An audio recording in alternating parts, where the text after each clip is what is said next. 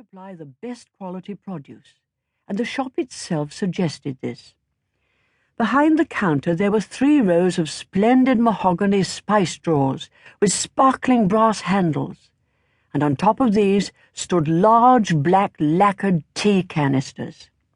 One of the tasks I sometimes shared was the weighing out of tea, sugar and biscuits from the sacks and boxes in which they arrived into £1 and £2 bags.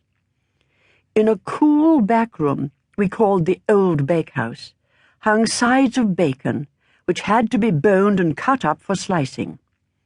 Wonderful aromas of spices, coffee, and smoked hams would waft through the house.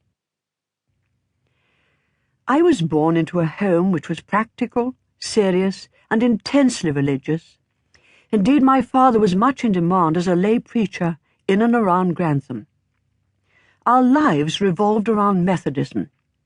The family went to Sunday morning service at 11 o'clock, but before that I would have gone to morning Sunday school.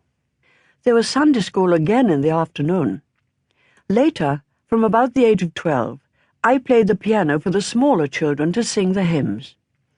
Then my parents would usually go out again to the Sunday evening service. This I found somewhat too much of a good thing, and on a few occasions I remember trying to get out of going. But when I said to my father that my friends were able to go out for a walk instead, and I would like to join them, he would reply, "Never do things just because other people do them." In fact, this was one of his favourite expressions, used when I wanted to learn dancing or sometimes when I wanted to go to the cinema or out for the day somewhere. Whatever I felt at the time, the sentiment stood me in good stead, as it did my father. My father's sense of duty, however, always had its gentler side. I remember a discussion between my father and a churchgoer about the prodigal son of a friend, who, after running through his parents' savings, had turned up, penniless and with a young family, on their doorstep. The churchgoer was clear. The boy was no good, would never be any good, and should be shown the door. My father's reply is vivid in my mind. "No," he said, "a son remains a son, and he must be greeted with all the love and warmth of his family when he turns to them. Whatever happens, you must always be able to come home." As this suggests, my father was a man of firm principles. Your father always sticks to his principles, as my mother would say. But he did not believe in applying these principles in a way which made life wretched for everyone else. He showed this in his dealings as a local councillor and later alderman, with the vexed question of what could be done on the Sabbath.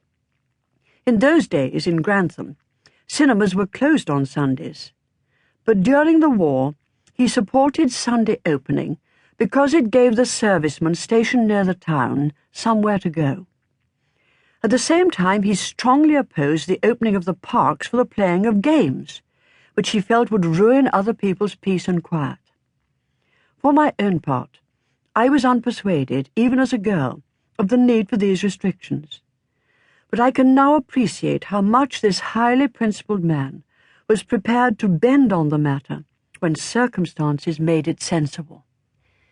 These upright qualities were instilled into me from the earliest days.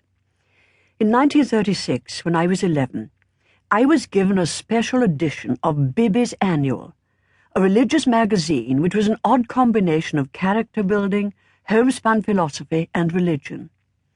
It taught me some verses which I still use in off-the-cuff speeches, because they came to embody for me so much of what I was brought up to feel.